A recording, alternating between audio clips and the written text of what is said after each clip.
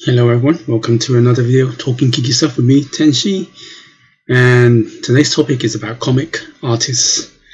So I'm going to go through a series of artists that inspired me and got me into comics even more so than I was in the first place, right? So the first person I'm going to highlight is Jim Lee.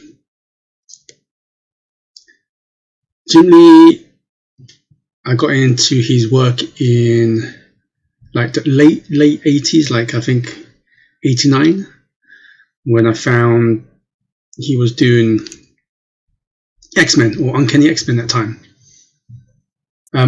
I was always into X-Men, but they were never really one of my number ones, because back then my number one Marvel character was always the Incredible Hulk.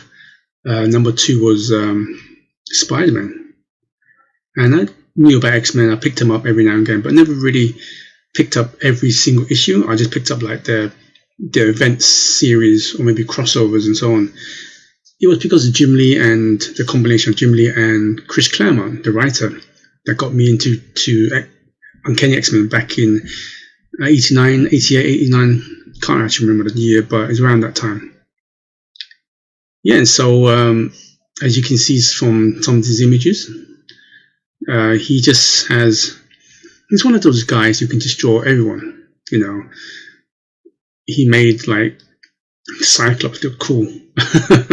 He was instrumental in converting, Psylocke into like a ninja. You know, he's probably still the best at drawing Wolverine. He co-created Gambit. You know, so he made a lot of characters look cool.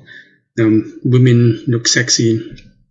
Don't know how that kind of artwork will stand in today's society, but that's another story. And then, of course, back then, I mean, you had a whole bunch of artists like Jim Lee, of course, Todd McFarlane, Mark Silvestri, Rob Liefeld, and they were like just rocking it. You know, they were superstars at the time, and their comics were selling hundreds of thousands every week. I mean, compared to today's sales. And what is it nowadays? You'd be lucky to sell 20,000 comics. Back then, you were selling hundreds of thousands of comics per week. So, and then, of course, as comics become bigger, more characters came in. A lot more characters are created, of course. I mean, Marvel was killing it compared to DC at that time. And then, of course, in typical comic fashion, they started to branch out and starting from zeros again. And then, of course, they got the A-team to work on like X-Men, for example, when Amazing Spider-Man turned into Spider-Man, example like that. And so Jim Lee went on to do X-Men, starting from zero, but it closely connected to the other X-Men as well. So, and of course, once I found out he was Jim Lee, I went back a little bit, and I remember someone told me, or was it I read in Wizard magazine back then, there was a list of Jim Lee comics that he did before X-Men, and one of them was the Punisher War Journal. So I went back to get all the Jim Lee Punishers, and by doing so, read a few Punisher War Journals, and actually ended up liking some of the comics, and I started collecting some Punisher. So that's how important some of these artists are, how influential they are to help the comic brand grow. Then, of course, in the 90s, like early 90s to mid 90s, they become like rock stars of the comic industry, right? And then they went on to create their own comic company Image. They wanted to kind of have a lot more creative say in their work. They wanted to have, their own. They wanted to keep control of their characters they created. For example, Jim Lee co-created Gambit, but of course it was under the Marvel brand, so he has no say in Gambit. So him, McFarlane, and a few other people went on to create Image, which he created with Wildcats. I said that in one of my previous videos when I first started in comics. A lot of these artists that came from Marvel over to their Image brand, they kind of transition to a similar kind of concept. Jim Lee came from X-Men. He created a a team up, Wildcats. And of course, you had all the very similar characters like Warblade is a Wolverine, Spartan is the Cyclops, Grifter is the Gambit of the group. And here's some images of it. And when you see he moved over, Image Comics started to use better quality paper, probably better inks. You can see by the colouring got a lot better. I think maybe technology also grew with them as well. So he went on to create Wildcats. And Wildcats is actually pretty good. I liked it. And then they create I think only one season of a cartoon series. I actually pretty enjoy Wildcats. And then of course, I think, was it late 90s or so, or early 2000s, I really can't remember that. Because Jim Lee and a few other people kind of created Homage Studios and later on become Wildstorm. And Wildstorm later went under DC. So Jim Lee became part of DC.